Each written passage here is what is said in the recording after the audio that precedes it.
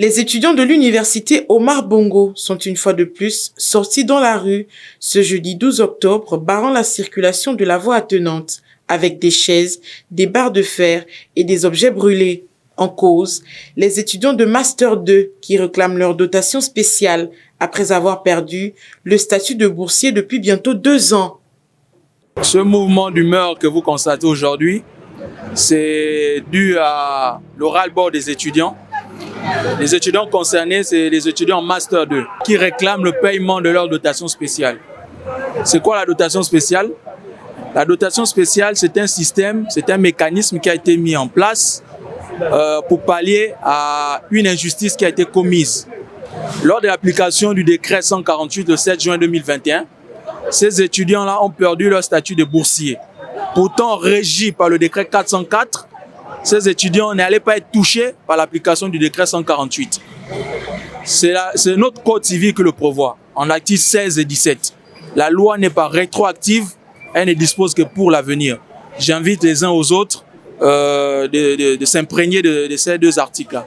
Ils comprendront clairement. On n'invente rien. Donc, la loi le prévoit. Nous avons saisi les autorités, nous avons mené des actions et les autorités ont reconnu que la revendication est légitime. Ils ont commis une erreur. Et pour réparer cette erreur, vu que l'erreur est déjà commise, pour la réparer, ils ont décidé de mettre en place une dotation spéciale.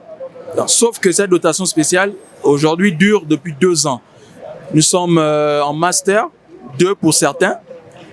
Dans quelques jours, sinon quelques semaines, les programmes de soutenance seront connus.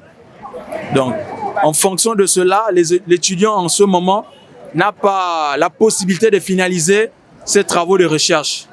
Une situation à l'origine du retard observé chez plusieurs d'entre eux à quelques jours de la sortie des listes de passage pour les soutenances. Ce mouvement d'humeur est une manière pour eux, disent-ils, de lancer un cri d'alarme envers les responsables de l'UOB, mais aussi des autorités politiques, afin de trouver une solution à leurs problèmes. Cependant, une question demeure.